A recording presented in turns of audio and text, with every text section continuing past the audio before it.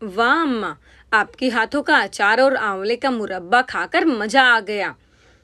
पता नहीं क्या जादू रहता है आपके हाथों के बनाए अचार और मुरब्बे का, जो मुझे सिर्फ आपके हाथों का बना अचार ही भाता है। फिर चाहे आम का खट्टा मीठा रायता हो, या आम का नोनचा, या आम लसोड़े का अचार हो, या फिर आम कटहल का, करौंदे का अचार, अंबार का अचार, नाम गिनाने बैठूंगी तो भूल जाऊंगी। जाड़ों में मिक्स सब्जियों वाला राई का अचार, पानी वाला लौकी का अचार, लाल मिर्च का अचार, नारंगी का अचार, नींबू का अचार, हर चीज एकदम नपी तुली। मैं नाम लेती जा रही हूँ और मेरे मुंह में पानी आता जा रहा है। सोनाली अपनी गर्मी की छुट्टियों में अपने मायके रहने आई है और माँ के हाथों का ताजा ताजा अचार खाकर उसे मजा ही आ गया। अचार तो तुम भी डालती हो, आनंदी जी ने आम के अचार में हाथ से मसाला और सरसों का तेल मिलाते हुए कहा। वो बात नहीं आती जो आपके हाथों के अचार में रहती है। जैसे मैं आपसे ले जाती हूँ, मैं अपनी नंद को देती हूँ। अब माँ के ना रहने पर मैं बिना कहे उनके लिए अचार डाल देती हूँ। वो तो बहुत संकोच करती हैं, मना भी करती हैं, लेकिन मुझे पता है बेटियों को मायके से आस रहती है। काफी समझदार हो गई है मेरी बिटिया रानी। हमें अच्छा लगा तुमने अपनी सासू माँ के ना रहने पर उनकी जिम्मेदारियों को बखूबी संभाल रखा है, लेकिन पता नहीं हमारे ना रहने पर तुम लोगों की ये आस कौन पूरी करेगा। अम्मा, उम्मीद भी तभी तक रहती है जब तक आप हो। जिस दिन आप नहीं, उस दिन उम्मीद भी खत्म हो जाएगी। आपको इतना सारा अचार डालने की क्या जरूरत है? आजकल कौन खाता है ये सब?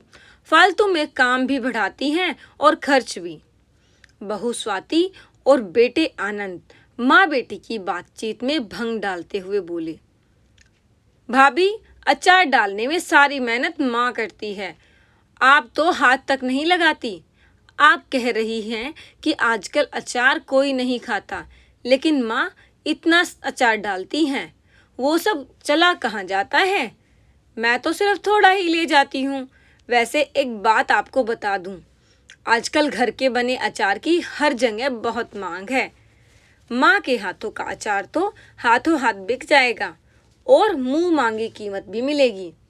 अरे माँ, सुनिए जरा, आप वैसे भी इतनी मेहनत करती हैं अचार बनाने में, आखिर आपको इसका मेहनताना भी मिलना चाहिए। आपको अपने खर्च के लिए किसी के आगे हाथ फैलाने की जरूरत नहीं पड़ेगी। सोनाली ने अपने भाई भाभी स्वाति को सुनाते हुए कहा, क्योंकि वो देखती थी कि वो हर छोटी छोटी चीज में माँ को खर्चे का ताना देती रहती थी, जबकि माँ एक मिनट के लिए भी खाली नहीं बैठती थी, हर समय काम करती रहती थी। लेकिन इन सब के बावजूद उनके कामों की कोई कीमत नहीं थी। उन्हें अचार डालने का बहुत शौक था और वो जिस अचार का सीजन होता वो अचार डालती थी।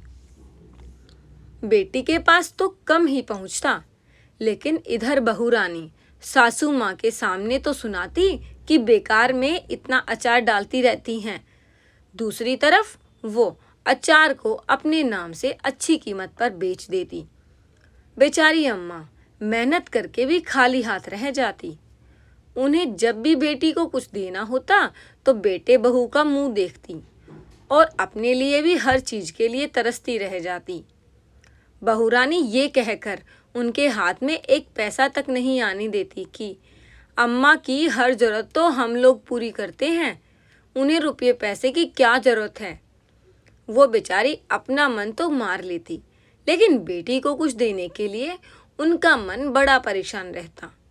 वो बेचारी सीधी सादी, उन्हें बहू की चालाकियां समझ नहीं आती, लेकिन बेटी सोनाली तक उसकी चालाकियां अड़ोस पड़ोस और रिश्तेदारों के माध्यम से पहुंची गई। इस बार वो ये सोचकर आई थी कि कुछ ना कुछ तो अम्मा के लिए जरूर करेगी। वो तो उन्हें अपने साथ अपने घर ले जाना चाहती थी, लेकिन स्वाभिमानी अम्मा जाने को तैयार ही नहीं होती। उनका कहना था, जब तक हाथ पैर चलेंगे किसी पर निर्भर नहीं रहूंगी। इसलिए इस बार सोनाली ने सोच लिया था कि अम्मा को एक एक पैसे के लिए किसी के आगे हाथ नहीं फैलाने दूंगी। अम्मा को पूरी तरह से आत्मनिर्भर बनाकर ही दम लूंगी। उनकी मेहनत का फल दूसरे लोग लूटें, ये मैं होने नहीं दूंगी। अम्मा, ये लीजिए स्मार्टफोन, आपके बहुत काम आने वाला है। सोनाली ने आनंदी जी को स्मार्टफोन देते हुए कहा। अब इस उम्र में हम स्मार्टफोन का क्या करेंगे? हमें तो चलाना भी नहीं आता। आनंदी जी ने स्मार्टफोन की तरफ देखे बगैर मायूसी से कहा।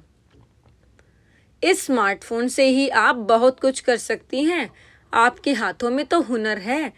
अब इसके साथ आप इसे भी चलाना सीख लीजिए, तो आपको आत्मनिर्भर बनने से कोई नहीं रोक सकता और कोई आपको बेवकूफ़ भी नहीं बना सकता। तुम क्या कह रही हो? हमें कुछ समझ नहीं आ रहा। अब इस उम्र में आत्मनिर्भर बनने की क्या जरूरत है? ये सब तो हम शौकिया करते हैं। फिर तुम्हारे भाई भाभी को भी बुरा लग जाएगा कि इस उम्र में अचार मुरब्बा बेच रही हैं, तो लोग क्या कहेंगे? अम्मा, जिस बेटे बहू और बाकी लोगों के कहने की चिंता कर रही हो, वो लोग आते हैं क्या आपकी परेशानियां दूर करने? जब आप एक एक पैसे के लिए परेशान होती हैं, तब कोई आपके हाथ पर एक भी रुपया नहीं रख जाता। उम्र बढ़ने के साथ क्या ज़रूरतें भी ख़त्म हो जाती हैं। आपका मन नहीं करता कुछ अपने मन से खरीदने का? अपनी बेटी, दामाद, नाती नातिन, पोते पोती को कुछ अपने मन से लेने देने का? सब लोग छुट्टियों में कहीं ना कहीं घूमने जाते हैं, लेकिन आपको ये कहकर इतने पैसे कहाँ से आएंगे जो आपको कहीं घूमने भेजा जाए? रोक दिया जाता है। क्या आपका मन नहीं करता कहीं घूमने फिरने जाने का? आपके हाथ में 4 पैसे आएंगे तो इच्छाएं और शौक अपने आप आ जाएंगे। आप अपनी हम उम्र सहेलियों के साथ कहीं भी जा सकती हैं। अपना मन मारकर अपनी तरफ से बिल्कुल ही उदासीन हो गई हैं आप। आपको याद है पापा क्या कहते थे? जब तक जियो शान से जियो, मन मारकर नहीं, मन भरकर जियो। फिर आप ऐसी क्यों हो गई हो? आप किसी की भी गलत बात का विरोध क्यों नहीं करती? आपको पता है आप इतनी मेहनत से रुच रुच कर अचार मुरब्बा बनाती हैं, स्वाति की 4 बातें भी सुनती हैं और वो बड़ी ही चालाकी से आपके हाथों के बने स्वादिष्ट अचार मुरब्बे अच्छे दामों में बेचकर अच्छा खासा पैसा कमाती है। आपको कानों कान खबर भी नहीं होती। जब अपने ही बच्चे छल कपट करने पर आमादा हो जाएं, तो उनसे कब तक लड़ा जा सकता है? जब तक इस शरीर में जान है और मन में इच्छाएं हैं, तब तक उनका विरोध करिए। मैं हमेशा आपके साथ हूँ। मैं आपको इस तरह एक एक पैसे के लिए परेशान होते हुए नहीं देख सकती। कहते हुए सोनाली आनंदी जी के गले लगकर सुबकने लगी। आनंदी जी भी अब तक बेटी की बातों का मतलब समझ चुकी थी कि बेटी अपनी माँ को आत्मनिर्भर बनाना चाहती है, जो कि पति के जाने के बाद पूरी तरह से बेटे बहू पर आश्रित हो चुकी थी। बेटा अपने कामकाज में इतना मग्न रहता कि माँ की जिम्मेदारियों की तरफ से उदासीन हो गया और बहू इस बात का भरपूर फायदा उठाती। ठीक है, इस बार जैसा तुम चाहोगी वैसा ही होगा। हमें भी लग रहा है कि हम कुछ ज़्यादा ही अपने आप में सिमट कर रह गए हैं। देखिए, इसमें मैंने व्हाट्सएप, फेसबुक डाउनलोड कर दिया है और जितने लोगों के नंबर मेरे फ़ोन में थे वो सभी इसमें डाल दिए हैं। अब जब भी कोई चीज़ बनाएंगी उसकी फ़ोटो खींचकर सभी ग्रुप में डाल दिया करना।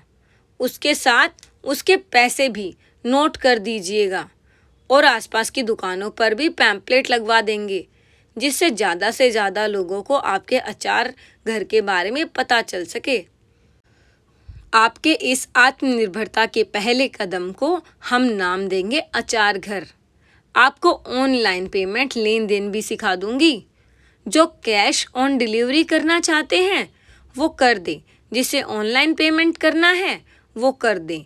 इस बार आपको डिजिटल करके ही जाऊंगी। आप चाहे तो अपना यूट्यूब चैनल बनाकर भी कमाई कर सकती हैं। उसके लिए आप जब भी कोई अचार बनाएं, उसकी रेसिपी की वीडियो बनाकर डाल दिया करना। सोनाली माँ को हर चीज़ समझाती जा रही थी और माँ भी बड़े ही ध्यान से एक एक बात समझ रही थी। उन्हें भी समझ आ गया था कि जीवन में आत्मनिर्भर होना कितना जरूरी होता है। यह तो उनका आत्मनिर्भरता की ओर पहला कदम था। धीरे धीरे उनका अचार का व्यवसाय चलने लगा। साफ सफाई, स्वाद और गुणवत्ता से कोई समझौता नहीं करती थी, जिसकी वजह से दूर दूर तक उनके अचार की मांग होने लगी। जो औरत कल तक अपने बहू बेटे के सामने एक एक पैसे के लिए मोहताज रहती थी, आज उन्होंने अपने साथ साथ मोहल्ले, इस पड़ोस की कई विधवा बेसहारा औरतों को अपने साथ काम में लगाया और उन्हें भी सहारा दिया, उन्हें भी रोजी रोटी कमाने का जरिया दिया।